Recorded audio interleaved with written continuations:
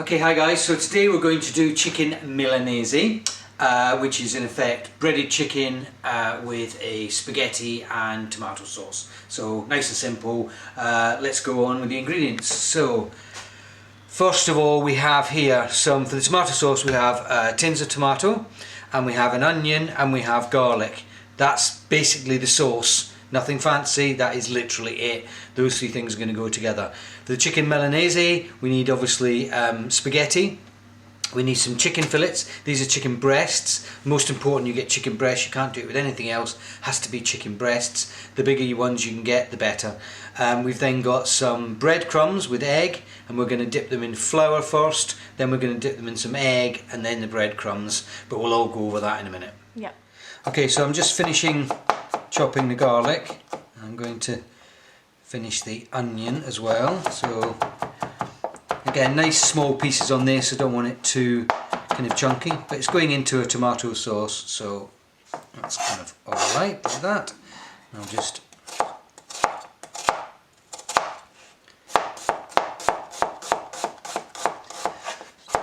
do this onion. So what I'm going to do is I'm just going to put my onion and garlic into a pan here.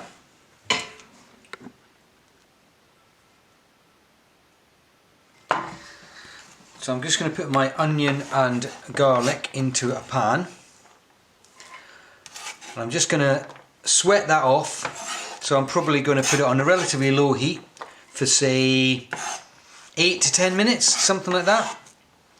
Very simple. And then what I'm going to do, once that's done, is I'm going to put 2 tins of tomatoes in it, and I'm going to let it sit and cook for about, again, well, as long as it can sit. The longer it can sit, the better, to be completely honest. And whilst I do that, I'm going to prep the chicken. So I'm going to show you how to do that in a minute.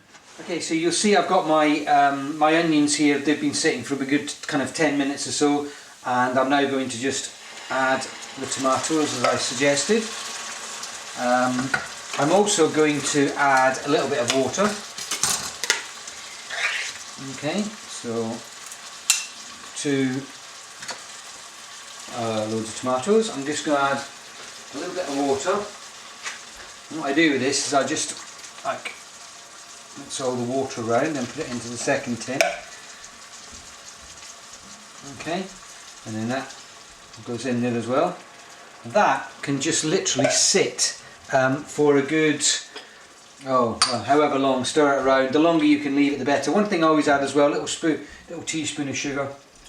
I'm not going to add any salt or pepper at this stage, but I'll do that towards the end, and we'll come back to that when it's all broken down a bit. Okay. Okay, so now I'm going to do the actual chicken itself, and I'm sure you've seen this done before, but pretty simple. Get yourself some cling film, and I'm going to have to make this chicken breast quite thin. You'll see that often chicken breasts kind of come a little bit of that, and there's kind of a flap down here. If you can just lay that out as flat as you can, okay, and then just put some cling film over the top of that. And I like to turn it over, okay, and I'll roll over that piece there. And then you need to get yourself something that you can gently hit with. This is just from a pestle and mortar, but if you've got a rolling pin, we'll do just as well. And basically we're just going to kind of just gently bash this. Now you have to be a bit careful, because with chicken you can easily go through this. You can actually just do it with the palm of your hand.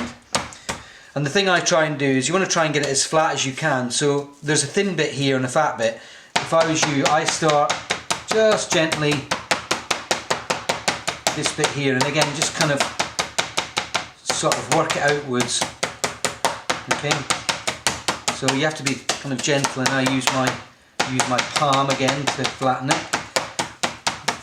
You'll see these end up going quite large.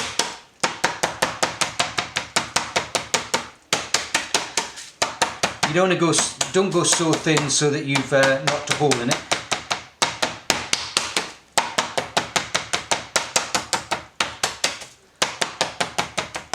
Okay. that's now fairly thin. As you can kind of see, it's about that thickness. So I can now take this cling film off. Okay. I'm going to use that again because I've got a couple more fillets to do. And what I basically do is I actually season this now. Okay. So we're going to add some salt on that side. Okay. Then what I need to do is I need to basically, I'm going to put it in flour, then I'm going to put it in egg, and then I'm going to put it in some breadcrumbs. Okay. So we'll start off by,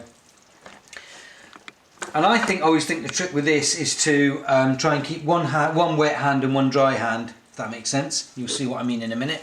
But I've got the chicken. Try and get some plate, some dishes like this to put the stuff in when you're doing this. You can do it in bowls, but it just ends up kind of not getting flour properly, I find. Just dab that in. Again, I'm trying to use one hand here. Practice what I preach. So I've got one dry hand, okay, and then this is a wet hand.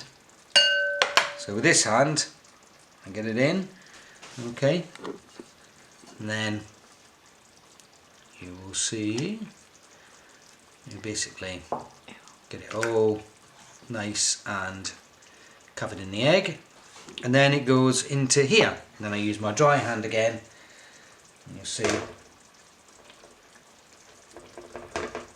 I've got some bits there, you see where the flour isn't more wet. You need to get as much as you can there. Okay, and then turn that over. You basically see you've got this beautiful, lovely kind of breadcrumbed fillet. Okay, and I'm now going to fry that. I'll do the other two, and then we'll get back to the frying. Okay, so you'll see now I have 3 fillets that are all nicely crumbed and breaded and whatever you want to call it. There's several ways of cooking these. You can shallow pan fry them, do one at a time unless you've got a massive pan, and you can do them in some oil and some butter is absolutely lovely.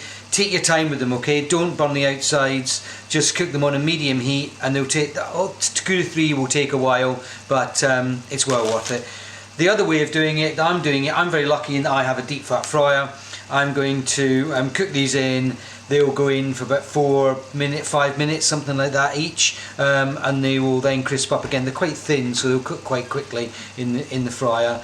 And then when they're ready, I will show you when they're ready. In the meantime, I will bring over here. This is my tomato sauce. That's what this looks like now. You see all the large tomatoes have broken down. Okay, so there's no like, they're also breaking down themselves, sort of thing. Nothing else is added to that. This just stays like this. Okay, I'll put some salt and pepper in to taste at the end, but the longer this cooks, the better it is. So that's going back on while I'm cooking these. And then lastly, I've got the spaghetti. 9 minutes in some salted water, and once you've done that, then you can taste it. It should be pretty much al dente by 9 minutes, and then you pretty much put it all together. So let's get these things fried, and then we can catch up. Okay, so these have just come out of the deep fat fryer. I put them onto paper to soak up some of the oil. Little trick before you serve them to anyone is give them a really good kind of additional bit of salt. I know that may seem a lot, but it brings out a lot of the flavour. And then again, I haven't really salted this very much, so I'm going to add a bit of salt onto that. I'm then going to chop up some basil, and we'll put that on there. Maybe give it a grind of pepper as well. And what you do is you chop these up, and then you just, I normally take this to the table kind of like this. I'll chop these up into pieces, and then people can take some spaghetti and they can put the chicken on top and eat it. Absolutely delightful. There we go, chicken Milanese.